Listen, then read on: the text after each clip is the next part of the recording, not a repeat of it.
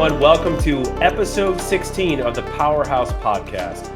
I am Brian Harman, President and CEO of the United Mitochondrial Disease Foundation.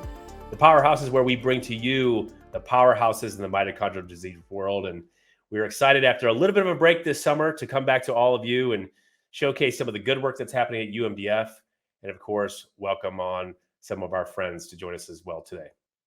On UMDF front, as I mentioned before, we took a little bit of a break. Summertime is a time that we hope some of our doctors and researchers are finding some time to have some vacations and take a little break. And of course, our patient families, as they're navigating being out of school and back into school and finding some time just to hopefully re-energize themselves as well too. We took a little break from the podcast here, but certainly a very busy spring as we wrapped up our mitochondrial medicine symposium in Phoenix, Arizona. Nice to be back together with so many from our community to share the good work that's happening in the mitochondrial disease space and all the great support and education for our patient families. We're excited to be together again next year in Charlotte, North Carolina. So be sure to visit umdf.org, where you can learn more about our plans for mitochondrial medicine 2023. Of course, we've been continuing to be very busy with our MitoShare patient registry. Dr. Yeski, who can't join us today on the podcast, shares with me that we've just crested over 800 registrants on MitoShare. And as we've shared before on here, so important as we chart a course towards treatments and cures that we have patients and caregivers in our patient registry, so that when clinical trials opportunities arise, when research initiatives are underway, we have a well-characterized patient family database to help advance projects. And of course, there's so many other tools that benefit our families. So for our patient families who are listening, be sure to visit umdf.org to learn more about MitoShare and our patient registry. As I mentioned earlier, we're keeping a close eye on a meteoric rise in clinical trials activity. We've provided some new resources to our community several months ago on our website, where you can search for clinical trials, learn more about clinical trials for you, your patient family. There's more to come on that front too. We're really working hard to develop out an educational initiative to make sure that we can help provide great resources for the patient community, for our industry friends, as we look to advance clinical trials for mitochondrial disease. So it's certainly been a busy summer. We are well into planning into the fall. Of course, our signature fundraising event, Energy for Life, is well underway. There's been so many great events across the country. We've been working so hard to provide resources and financial support for all of these programs. I can't stress it enough. These programs take critical dollars to run. And our Energy for Life program is one of the most important ways that we fundraise, and not just fundraising, it's providing a support network for our patient families, some shoulders to lean on, and an opportunity just to get together. So encourage everyone to check out our Energy for Life walks this fall. And if there is not a walk in your local community, we also have a national virtual walk as well too. Another opportunity for families to come together in a virtual capacity to help raise much needed funds for these programs. Well, I'm excited today to bring in a very special guest for our Powerhouse episode today. Today's guest is the new chair of the UMDF Board of Trustees, and I'm delighted to have her as a guest, and even more delighted to have her as our new chair here at UMDF. Alicia Palladino joined the UMDF Board of Trustees in 2017. Alicia is an IP attorney in the Health Sciences Practice Group of Troutman Pepper. Alicia currently concentrates her practice on patent preparation and prosecution, due diligence, and licensing matters. Before becoming a lawyer, Alicia was a researcher at the University of Pittsburgh and has extensive experience in a broad range of life science areas such as genetics, biochemistry, organic chemistry, biotechnology, molecular biology, and cell imaging. We're going to get into that a little bit here. She's certainly going to give me an education. She received her PhD from the University of Connecticut Health Center in biomedical science, where her research was focused on using molecular biological techniques to understand the complex cellular mechanism of alternative splicing. Alicia's husband, Michael Palladino, PhD, is a prolific mitochondrial disease researcher who who has contributed significantly to the field. They have 2 children and participate in the yearly Energy for Life walk in Pittsburgh as a family. Alicia, welcome to the Powerhouse. Hi, thank you, Brian. You've also signed up to give me a biology and chemistry lesson, especially without my co-host here today.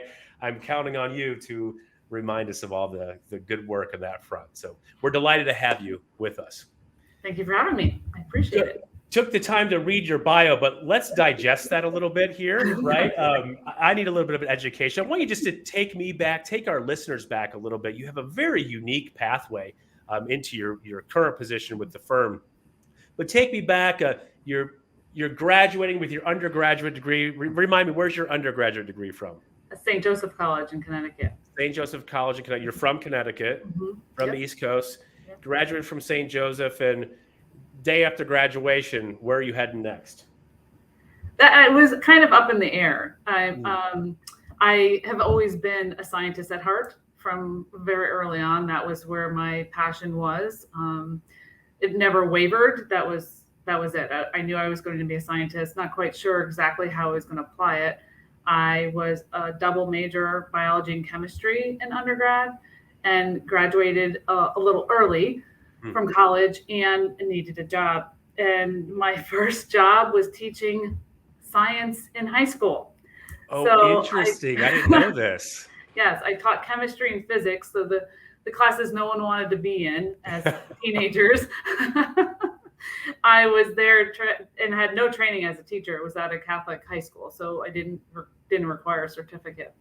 And I realized then that teaching wasn't quite what I wanted to do. I had recognized before graduating from undergrad that I wanted to go to grad school.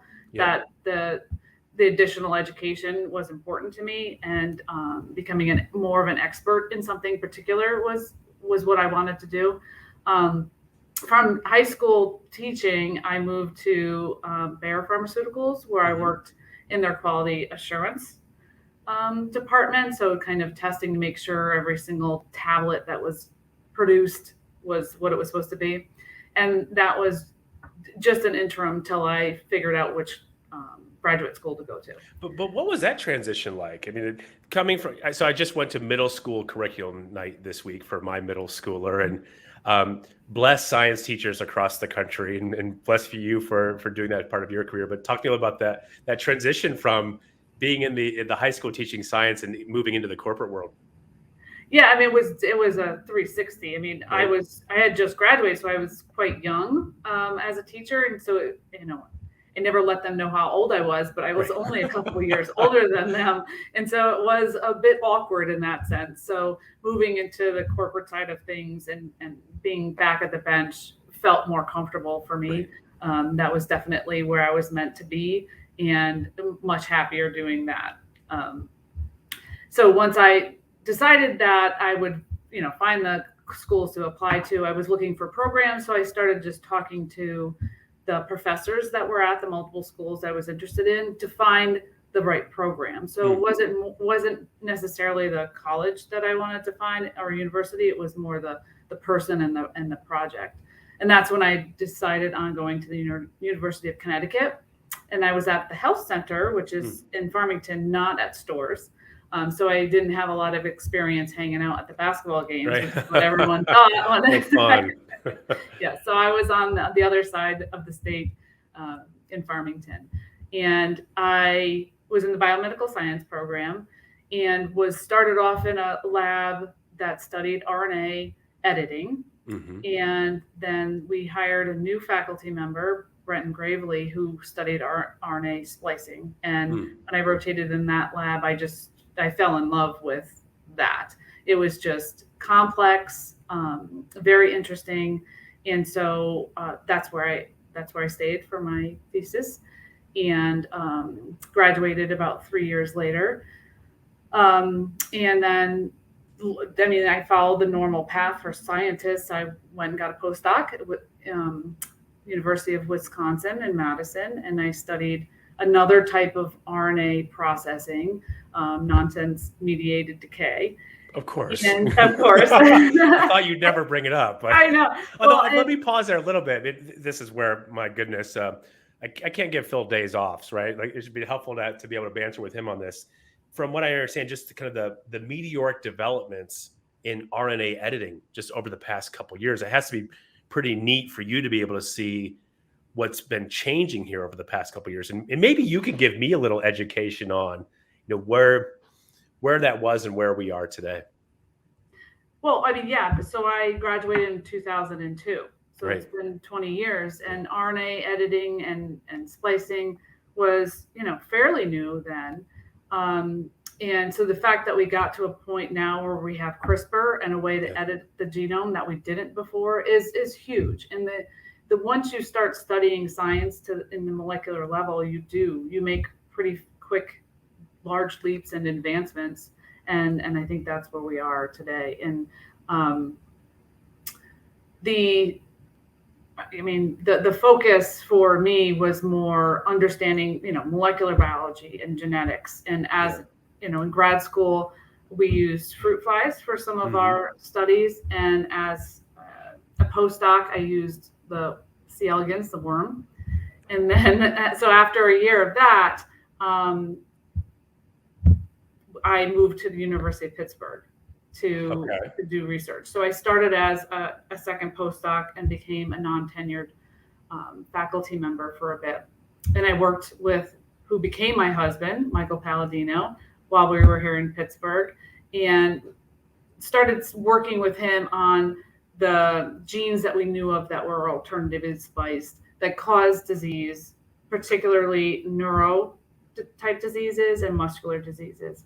And the one that I was drawn to study the most was mitochondrial disease. So we had a fly with a mutation in the ATP6 gene that I thought I would figure it out, that there was I had this poster of, the cell and the mitochondria and how metabolism worked. And I thought for sure that I would quickly determine, what caused this and how we could fix it. And that's where I learned science moves way slower than my personality did. It's a grind, right? Every day, right? Yeah. You get a lot of negative results. And, from when they say bench to bedside, that could be decades long. And when you're working in science and you're down in the molecular level and studying, the components involved, you don't necessarily get to determining what drug would be appropriate, right? And we did do some evaluation of particular drugs and screenings of large numbers of drugs, but that takes a while. And what's amazing in my job now, I can still kind of walk through the transition, but I see companies that are working diligently on identifying exactly how they're going to treat these diseases. And so seeing this from both sides is pretty amazing, is to be the person at the bench and doing the work that's necessary, the blood, sweat, and tears that comes with being a scientist, to being on the other side and seeing this technology that's been developed to the point where it is in clinical trials. And bringing it to market. It is getting to market is impressive, and it takes a lot of work. And I know that, the cost of drugs oftentimes is a concern for people, but when you see it from these two sides of it, you see there's a lot that goes into the cost of research, right? It's research and clinical trials and every single step, and getting all the way to phase 3 and then failing. So you do see that it is a long haul, and there's a lot of people that have a lot of passion to move the ball along there. I'm always curious in ways that we can share that type of story with our community, right? So there's a part of us that, you hear me saying, go fast, kick down doors, we're going to carry the weight, all the things that we aspire to do for the patient community. But then there's a piece of this being very transparent and open and making sure we're honest with the community that some of these things take time, and it's a grind on the research side as well too. And I think we always have to find a better job of finding that balance of providing hope and paying off the good work that we've been investing in, but also sharing with the patient community in particular that what that runway looks like sometime. And you've seen it from both sides of being involved with an organization like ours and being there at the bench as well too. And I was hoping maybe you could comment on that a little bit of just that balance between hope and what is often the reality of the grind from a research standpoint. Yeah, I mean, the one thing that I think is most important to keep in mind and remember for mitochondrial disease is the diagnosis is so difficult. Yeah. And, mitochondrial disease is not a thing. It is an umbrella of diseases that we don't actually quite know all of them.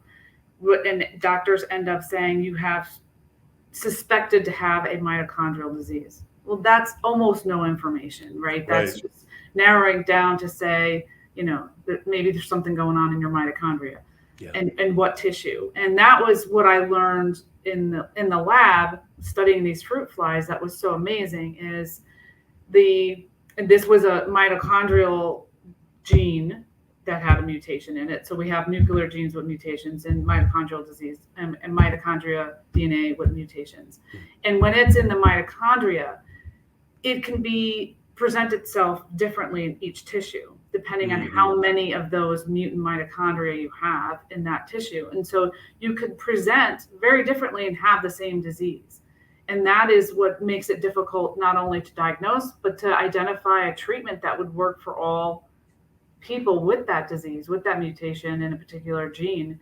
And so studying it in ways that you could look at what the effects were in the muscle versus, the brain, gives you a big picture. And and that's where the appreciation for clinicians making diagnoses it's very surprising that we've gotten this far because of how different it would present in every single person. And so I think we have, even just in the last 20 years, made quite a leap in terms of being able to diagnose the exact disease that someone has, which gene is the problem. And in terms of the UMDF, helping to get genetic tests done for people to get that answer, because that is the answer that gets you the proper diagnosis, not just a doctor looking at how you walk or, whether there's a problem with your kidneys or your lungs or, is there a neurological issue here? Those are things you can combine and make us, you can suspect. Sure. But the gene and just that's where the answer comes. That's where the answers are, right? And you're certainly well aware of our commitment to make sure that's prioritized for the patient community. In some respects, it's the mouse in the house that Jack built, right? Like we have to get that confirmed diagnosis. And we have to capture and characterize those patients so that when not just for clinical trials, and I talk a lot about that, right? That is a pathway to get drugs to market, but to get answers. Right. I think a lot about the families that I talk to that, yes, there may be a path where they want to enroll in a trial. But what this is really about, of course, is that long, arduous diagnostic journey and having answers there. And it's exciting to see that the technology rapidly improves every single year, too. And, part of our job is keeping up. Right. There's a nice new roller coaster that's built. And 2 years later, that's not the biggest. That's not the fastest. And we need to continue to find ways. We got to go back a little bit to, I can't just let it go that, hey, I met my husband in grad school. We worked in some labs together. We need to dig into this a little bit. I think it's fun. I'm curious, my wife and I come home from work and we're talking about Taco Tuesday and we're talking about, maybe some bumps in the road at our respective offices. Did you guys come home and talk mitochondria? I need to understand, what were the rules of the road outside of the lab? That's funny because early on, before kids, there were no really rules of the road. Like we would talk about what paper did we just read, and what does that mean, or what's the hypothesis, or what did the results of this experiment come in? And this is where my brilliant husband would be like, "Well, you did that experiment last month." Okay, if you say I did, I don't remember. Are you sure I did that? He's like, yep. And that means we should be able to do, X, Y, and Z. And when the kids came, we, you start talking more about that. And then that's where the line was drawn. Like we can't continue to talk about, work at home while the kids in the back seat trying to participate in the conversation. Right? I think too many things will get missed on, what are the important experiments to be to be done. But yes, I mean, we worked together, daily, 24/7, and it was great. I mean, we had a wonderful time. I think we worked well together, and we moved the ball forward. He studied, he spent some time on other metabolism affected genes, while I kind of focused on the mitochondrial disease that was in the lab. So then you've worked in the lab together, and walk me through the transition when you made the decision to get into the legal field. And certainly there's crossover with your work as an IP attorney, but I'm curious where your inspiration came to go that direction.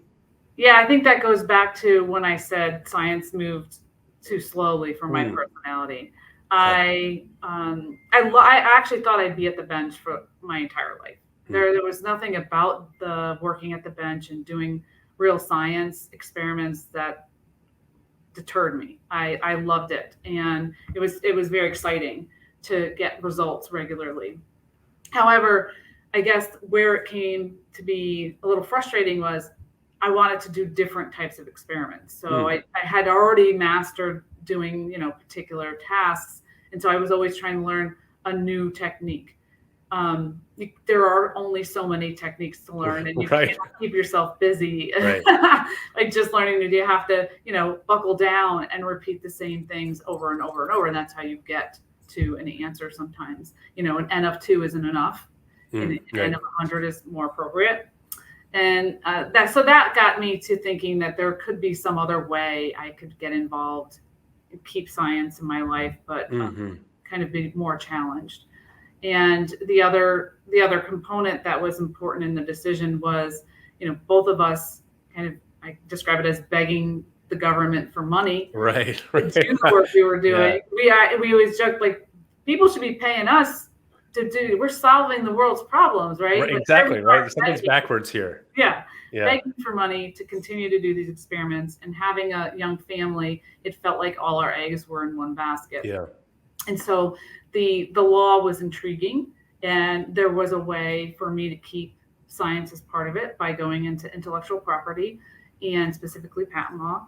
And so that's kind of where the transition came. I was an older student in law school. I was going to allow you to say it. I was curious at what point in your career that this happened. So because you were in the field for a little while, and then made this decision, and you don't have to rattle off numbers, but I'm curious. Like, where it was midlife, I would say. Right. Midlife. I was in class with students who could be my children, and and so that was a different kind of experience for sure. I mean, I've always been a student, and so that didn't bother me. And the fact that law school is 3 years. You can do anything for 3 years. So you can and it's no mercy first year, right? No matter what student you are, whether you're 25 or 35, you're all treated the same. Certainly that first year law school, talk about a grind, right? I've dated some folks who went through law school, so I experienced it myself a little bit. Yes. But so that's still, I have to think after being in you went from Catholic high school teacher into the corporate world, into academia, and now you're heading into law school. So what the grind looks like a little bit, but I am curious kind of what that experience was like for you. Yeah, it was. I mean, once I made the decision to do it, it was just, now the goal is this, and making it towards the goal was, I mean, there was no question about whether I could do it. My children were young. My daughter was 18 months probably when I started law school.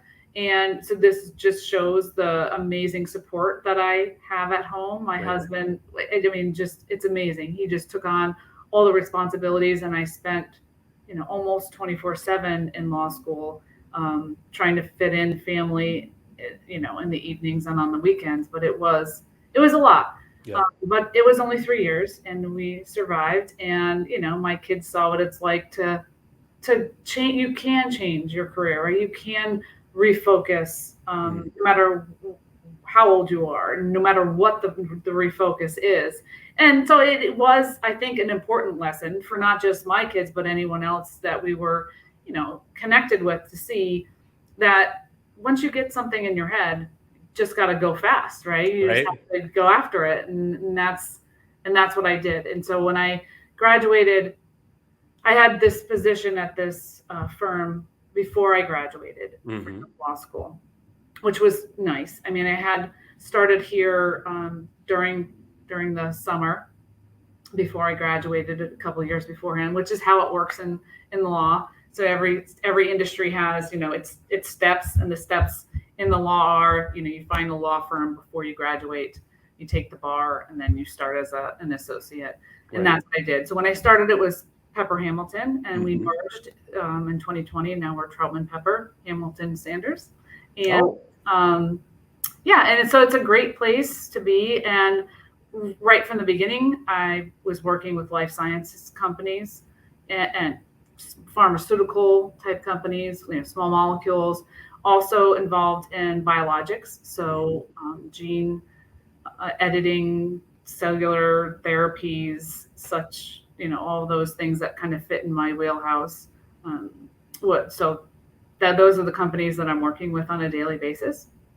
I'd have to think a intellectual property practice group would be salivating for a law school grad like yourself who had that type of background. And for what I know of that practice group, that part of law, it's a little bit, I don't want to get in trouble with any of your associates. It's a little bit like above, different in terms of the expertise that's needed to be able to practice in that group. In fact, it has its own tests that you have to take as well too, right? Correct.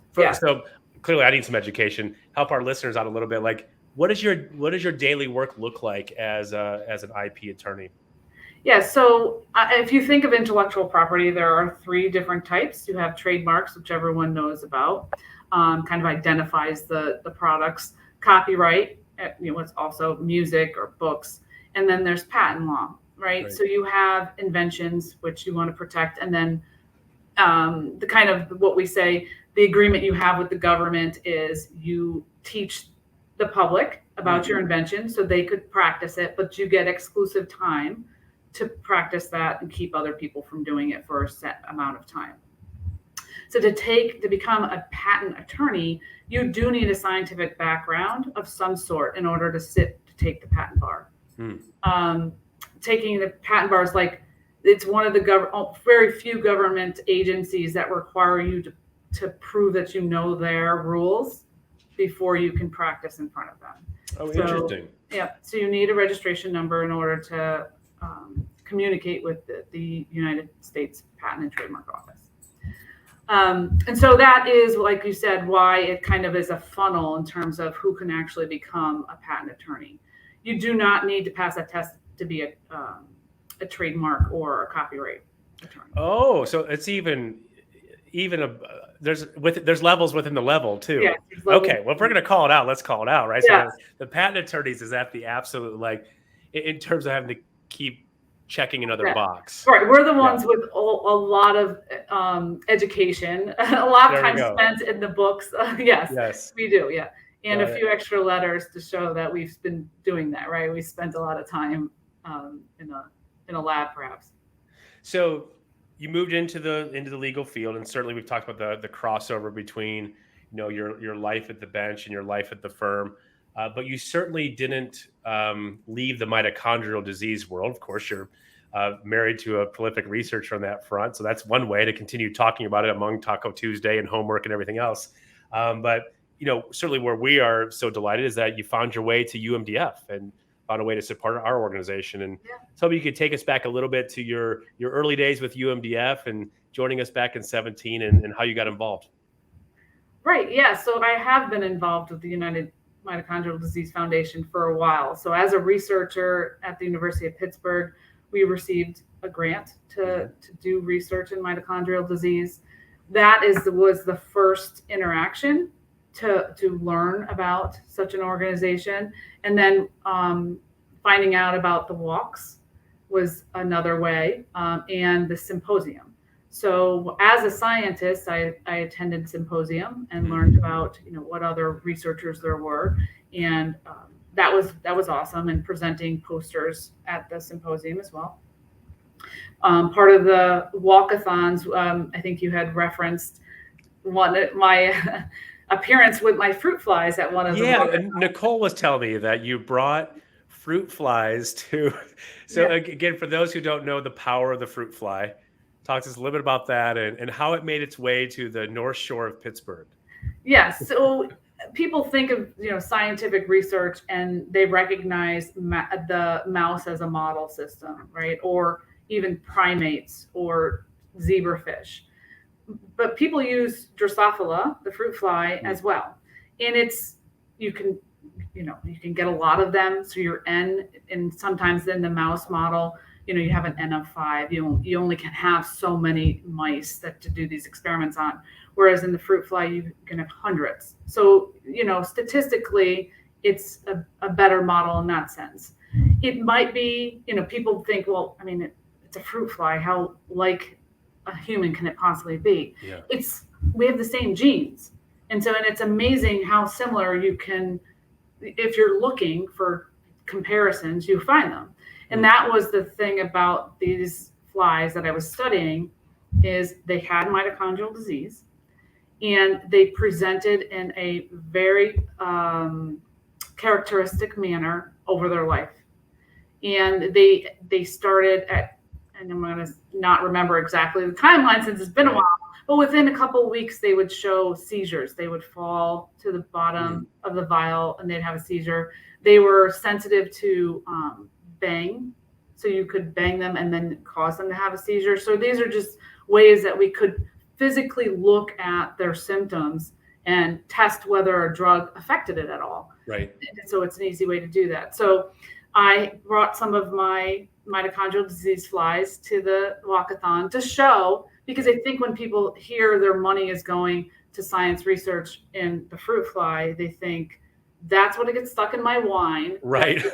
Yeah. It's not something, right? Like people will be like, oh, my bananas are covered in fruit flies. Right. Not something that is going to help my child and cure any disease. But when you see it this way, and you can see that these fruit flies don't act like fruit flies, they cannot fly around very well. You can easily the flies with mito.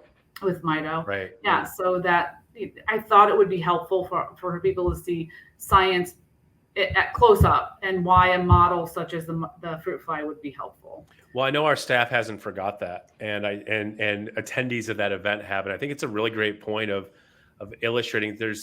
I think for so many, I'll speak for myself, right? Communications degree. I walked into Dr. Marnie Falk's lab, and she showed me her fruit flies, and my questions are like, okay, how do you manipulate something that's small? Like, it's so foreign to so many of us who don't truly understand science. And I need to have that answered. I need to understand that because I forgot to ask Marnie. But that's my thought as I'm looking at this, like, well, how do you work on something like that? Okay, I need to pause there. Answer that for me first. You want? Yes. Yeah, please. Definitely. You use microscopes, right? But you also do. I mean, they can do brain surgery on us, right? Yeah. So talk to me.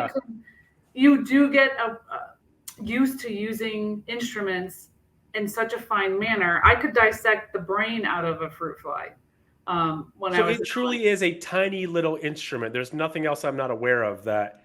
Right. Yes. They're allows just you to manipulate these. Yep. Incredible. Yep. Incredible. Sorry, I got distracted. I've had the pleasure of touring many labs of the great researchers of mitochondrial disease, and I think your point is really well taken. That when you're in there and you see where those dollars are going, and what always impresses me, and I'm hearing in your voice too, like the intensity of the work, right? You and I just talked about this earlier this week. We had a meeting. We were talking about suffering for our work. Yeah. And my point in all of that, it was like, and the point you brought up was, it's about the passion of the work. Like, that's why it feels like sometimes like you suffer for your work, because you wake up and you want to solve this problem. Yeah, I would say at these walks, and whenever I talk to any of the mitochondrial patients that I met, you wake up every day thinking about mitochondrial disease. Either you have it or you have a loved one who has it. Right. I would wake up every day thinking about mitochondrial disease because I thought I could solve it. Yeah. Right. I had a passion that it meant something to me. And so meeting patients through the UMDF, which was the only way I did at the symposium or the walkathons, made such an effect on feeling as though you did make a difference. Right. That is part of the problem with when you're at the bench, is you don't really connect with patients and you don't recognize their issues, right? And that's when being in a conference room at symposium with a mitochondrial disease patient who's like, I can't regulate my temperature well, and it's freezing in here. And then that caused me to think and go do some experiments on temperature on the fruit flies, and do they have a higher resting temperature or a lower resting temperature? Just little things like that. As a scientist, you think, hang on one second, maybe I can look further into that. Right. But you would never know. How would I know that a mitochondrial disease patient has a hard time with? And without that connection, right, you wouldn't have heard that. So it's, in some respects, you bringing the fruit fly to the walk to inspire and help patient families understand. There's the kind of alternate or a parallel effect when you attend something like a meeting and you're hearing that patient voice, right? It's not just showing up on some survey. It's mom sitting there who's clearly had an exhausting day and she's taking care of a patient and she's sharing what their daily grind looks like. So important we continue to do that. So you get involved with UMDF through Energy for Life. I've always appreciated how you've shared that it wasn't just Alicia, it was bringing the kids and make sure Michael stays involved as well too. And the importance that you put on serving your community with your family. And I want to come back to that here in a little bit. But certainly someone was bright enough to say, like, this person might be really good for a volunteer leadership position in our organization too. So at some point, some conversations started to bubble about you serving on the UMDF Board of Trustees. And I want to transition our conversation into that a little bit, because you've played several different roles, important roles for our organization. And now in, I guess, one of your most important roles here as chair. But I'd like for you to talk to us a little about the early days of serving the UMDF board and how you came to that. Yeah, I would say I graduated from law school in 2015, and it didn't take me very long to say, I need to stay connected with the UMDF. This doesn't feel right. I loved it, and I want to make a difference. I want to continue to help. And I reached out to Chuck Mohan and said, what can I do? How can we make this reconnect? And that's when I went back to my firm and said, can we make UMDF a pro bono client? That, it means a lot. And I mean, right off the bat, the answer was yes. And so my first step back was working together with UMDF on pro bono projects. And then I think that's what triggered Chuck and the board to wonder whether I would want to step into a trustee position. And they asked me to do that, and I was happy to do that. And so that's where 2017 I started as a trustee member of the board. And right from the beginning, I think I was in a better position to jump in running, because the lingo wasn't a surprise to me. So when Phil would be talking about MCDR or something, I understood what was happening. And so I felt good about being able to jump right in, because that is the other part. When you become a member of a board, you want to make a difference. They asked you to be there because they thought you would make a difference, you would matter, you would provide something from a different viewpoint. And so I wanted to really get in there and help out fairly quickly. And there are just so many amazing people on the UMDF board that were mentors to me right from early on just kind of being on a nonprofit board. Yeah, it's work, right? And and I know you know this because we've been so blessed to have the support of the firm and helping us work through things of just running a business, right? I think there's oftentimes this perception of like, it's the cute little nonprofit and isn't that sweet what they do? And running businesses, and we're trying to do really big things. And for us, for a very serious problem, challenge, opportunity. So it takes some really bright minds to help support that. And I have to think, just like that IP practice manager was probably excited about someone who comes from the bench and is now passes the patent bar and to bring you onto a team. I have to say, if I was in Chuck Mohan's shoes, I've been feeling the same way. Like, here's someone who knows the lingo, and is an attorney offering to do some in-kind work for the organization. Those are the kind of things that get CEOs really excited, because as you know, we cannot do this without strong volunteer leadership. So you've played a few different roles on our board. Certainly from a project standpoint, you've helped lead our governance. You and I worked very closely to kind of refine our trustee recruitment process. It's something we're always looking for, is really great trustee prospects to serve the organization. We want to make sure we did that in a way that supports the organization best. You served in a vice chair role, and then at the turn of our fiscal year here on July 1, you became chair of UMDF, which of course we're so excited about. So I wanted to talk a little bit about that. I want to talk about your vision for the organization. I want to talk about what leadership means to you, what you've seen and where you think we can go, a little about your hope for the mito community. So let's start there. Let's talk about leadership. I think it's something so important for nonprofits to have their head on straight when it comes to leadership. And I just want to hear from you of what that word means to you first and foremost. Yeah, man, that's a good question. I think leadership, we call a lot of people leaders, but a true leader to me is someone who really does have the passion for what it is that they're doing. You know, you can't inspire others without something behind that. You know, there's a light that comes out of people who we really think of as leaders that can kind of, you know, they see things from a different direction. They have an open mind. I think that's probably the most important component to me, is seeing what's there and how things have been done, but not accepting that that's the best way that they should be done. That always looking for more efficient, better ways, looking at the people you work with or other people in the community and how can they provide benefit, and recognizing other people's strengths, right? Because even though we all can be in, you know, different industries, I can work with my colleagues who do the same thing as me. I provide something different to the team than some others do. And the leaders that I work with recognize that. You know, they make sure that we're all playing the proper role to move the ball forward. The ball can't move if, you know, you don't have a team working on that.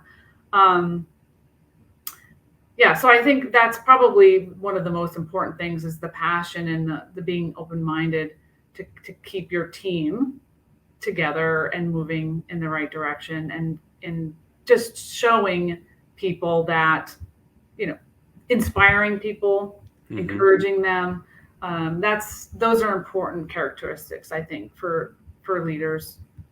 Are there some particular leaders in your life or in your professional career that you've come across that you can share that have lived these characteristics? Like, what are some of the things how have you been inspired over the years by various leaders? Well, I mean, I would have to say the first person is my husband. I mean, Michael is an amazing individual. He's brilliant, and he does know how to be a leader. And he's not only has he provided me support to kind of do the things I want to do, but encouraging me to kind of be uncomfortable. And I think that's the one thing that maybe, again, that leaders can do, is help you feel comfortable in the uncomfortable. The only way to improve yourself is that, in that being fearless is that kind of feeling like I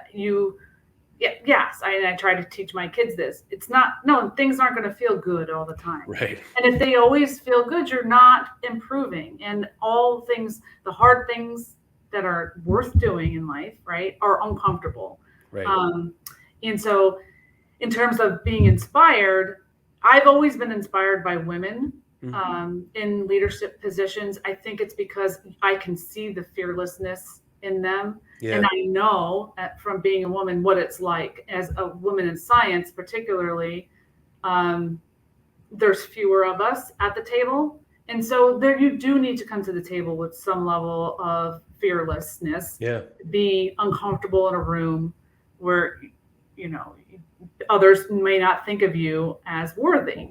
And, you know, when I was in grad school, Joan Stites was in the RNA field. And she was just someone that it's amazing to me, the women who blazed the trails for us. And that sadly, we still need to do that because the trails aren't completely blazed, and Sure. that's a little frustrating. And that's a whole nother podcast, I think. Yeah. But seeing women who were at the table by themselves and with others who thought they weren't good enough. And she was somebody who she made amazing advances in science in the RNA field. And she was a woman. Everyone knows, the Justice Bader Ginsburg, who also, when you hear her story about having to be a secretary, just so she could be in a law firm, is amazing. And she became a Supreme Court justice. So I don't necessarily have like a whole list of women, but even the women I work with at my firm, like Rachel Bushy is the head of the Health Sciences Department, an amazing woman who, is fearless. You see what needs to happen, and you move the ball forward, and you find the people who have the same passion as you to put on your team. And I think that's kind of how I live my life is, again, going back to school and midlife. Yeah. I obviously have. You got to be fearless. Yes, and right? being comfortable in places, never being happy, being comfortable, which I think people that are friends and family of mine kind of get tired of. Yeah. Why can't we just sit and relax? No. Well, it's funny. There's a mountain. I was referencing us being together earlier this week and talking about suffering for your work, and I brought up a book that I read by the Ohio State wrestling coach Tom Ryan. It was a book called Chosen Suffering, and you should check it out. I'm not being paid for this endorsement. I just believe in this theme so much that you choose to do these things that are hard. You choose to do these things that you kind of suffer through a little bit, because it makes that unchosen suffering a lot more palpable to live with, right? To your point with your kids, like it's not lollipops and unicorns, right? And tomorrow may be completely different than today. So you have to learn how to live through that live through that grind and through that suffering, and understand, how you can take those principles then. And when life throws you things that are unexpected, you have a different baseline to approach that. And I love that you keep bringing up the word fearless. And I think it's a great way to describe your own personal brand of leadership from our time together. And I think it's something that we as an organization need to be bringing to our community. We talk a lot about this. Like, it's our job to be fearless for you, the patient community, on this journey. So talk to me a little bit about, now in this role, and of important note, our first woman chair of UMDF as well too. And very proud that we're continuing to elevate that as well too. But talk to me now, like what it means to be fearless for the mito community, what your hope is for UMDF and the mito community. I think we are fearless. I don't think we're like trying to become fearless. I think UMDF has always looked to how to improve the patient experience. Let me think. Because I think you've said it before, being honest stewards for our patient community. And I think we have. We have pillars of education and research and advocacy, and we are always looking for that. We have I think we provide constant pressure to the scientific community to continue to dig and search, and how to encourage others to move into that field. It's it's not really a rare disease, though each one of itself is, and so getting researchers into those areas is sometimes difficult. Most people are affected by cancer, and so lots of scientists, when you talk to them, that's what they want to study, right? They are going into a known area because it affects them personally or has. And I think we also do fairly well at kind of identifying the more high risk areas to get involved in. I think that, creating a patient registry or, proposing to identify the genetic makeup of mitochondrial disease and as many patients as we can, it's high risk. I mean, there's nothing that you can say, well, this will then provide us with answers. Yes. It is hopefully going to provide us with answers. And as scientists, we believe that for sure. But I think in terms of the mitochondrial community, That would be one of my hopes, is that there's accurate, quick diagnosis for patients. And it's not just because the treatments and the cures will follow, but it's also just a way of life that I think, just like anything else, you don't, you understand and you accept your diagnosis. Mm-hmm. But what does that mean moving forward, right? How do you as a patient become fearless to say, okay, I get that, I have a mitochondrial disease. How can I push it so that it doesn't hinder my life? Right. What are the things that are possible for me? Are there supplements that I can take? Right, without knowing that's a hard answer for the clinician to kind of direct you in the right into the right area. So, yeah, I mean, obviously, coming to a treatment or a cure. Sure, right. The ultimate. Ultimate, right? And then we are. I mean, knowing that there's gene and cellular therapies right around the corner. I'm working with companies that are focused on that. Mm-hmm. So it is something that 30 clinical trials in the pipeline, genetic testing programs available. I mean, it's, I hope what is happening is we're seeing this meteoric rise in activity, and at some point there's a convergence of all this activity that does really good for the community. And it can't be done without strong volunteer leaders saying we are making the patient families we serve a priority. And it's something I've always been really grateful for your perspective, Alicia, and what you bring is just like you did with bringing the fruit flies, and just like you did of coming to symposium and meeting with families, like in the end, that's what's core to this. It's core to our mission. It's core to our work, is that patient perspective, that patient voice. It's who we're serving. Yeah. It's easy to get caught up in the business of running a nonprofit and advancing programs and the marketing and the finances and all that's all very, very important. But we always center ourselves on there's a patient that we're serving. And I think you've made that core to your experience here at UMDF, and something I'm very grateful for. Is there anything else that you'd like to share with our listeners before we wrap our conversation today?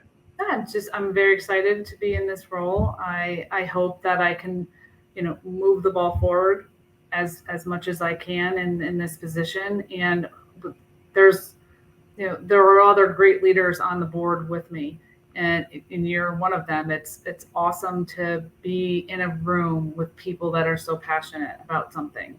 I mean, in our daily lives, for those of us not in a nonprofit, it's still work. It's still things that you're like, I just don't want to do this. Right. But when you're part of an organization that has, purpose, and we're stewards for patients, you can't sit down and not think of that and not say this matters. And I'm going to make it a priority to make sure that I do what I can to see where the needs are and to raise my hand and not keep my mouth closed when I'm sitting at the table. Right. As you know, I don't do that very well. And I think the one thing I really would like is to encourage my colleagues on the board to do the same. Yeah. And it's sometimes hard to do. Like I said, when you come into the UMDF without a scientific background, it's a little intimidating to kind of get your head around all the things that are happening. Sure. There are so many, balls in the air in the UMDF. There's a lot happening. Our pillars are all being focused on. Mm-hmm. And I do see, and the thing I guess to leave with the mito community, everyone listening, is we've been putting a puzzle together for a very long time, right? Since the beginning of this organization. And, thanks to your leadership and the people on the board and the patients that are and families that are donor support. Yeah. Yeah. We're getting that puzzle together. Right. I mean, it is coming together, and we have, like I said, simply just genetic testing, clinical trials. Those are connected. Those matter, and we're there now. We weren't there 5 years ago. We're there now. So the puzzle is getting put together. We are getting close to what we want and hope for the mitochondrial community. And obviously we're not going to stop. No, of course not. Right now it's about getting involved. That's what I'm hearing from you. Like, get involved, have a voice at the table. And I had a great leadership mentor of mine in the nonprofit space. His phrase was, giving feels good. And I love that, right? Whether that's $100 that you give every year, or you're giving of your time, you're giving of your resources, your spirit, your passion, it feels good, right? There's a lot of crud that happens throughout the day, but spend an hour with us at UMDF and we'll make sure you feel good about the good work you're doing. And I hope we've done that for you, Alicia. Yes. Speaking of spending a good hour with us, what a wonderful conversation today. I'm delighted to have you as our guest today, and even more delighted that you are leading us through the next chapter of this organization. Certainly you bring so much passion and brain power, and probably most importantly, just empathy and heart. And that's so important to moving our mission forward. So thank you so much. Well, everyone, until next time, again, special thanks to our guest today, Alicia Palladino. I'm going to do a different sign off this time, Alicia. I'm going to add one. I always say, until next time, go fast, but I want to add, stay fearless. I like that. I think our marketing director who produces the program behind his wheels are spinning like, ooh, that's a really nice campaign. We might have to do a fearless campaign. Awesome. So thanks for the inspiration today too, Alicia. And thank you so much for